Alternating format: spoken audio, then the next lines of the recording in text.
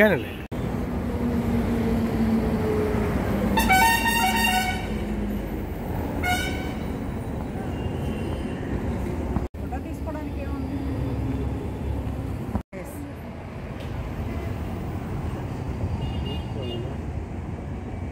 Capturing Jio ట్యాగింగ్కి సంబంధించి మనుగోలు మండలంలో collector గారి ఆదేశాల మేరకు ఈరోజు స్పెషల్ డ్రైవ్ నిర్వహించడం జరిగింది.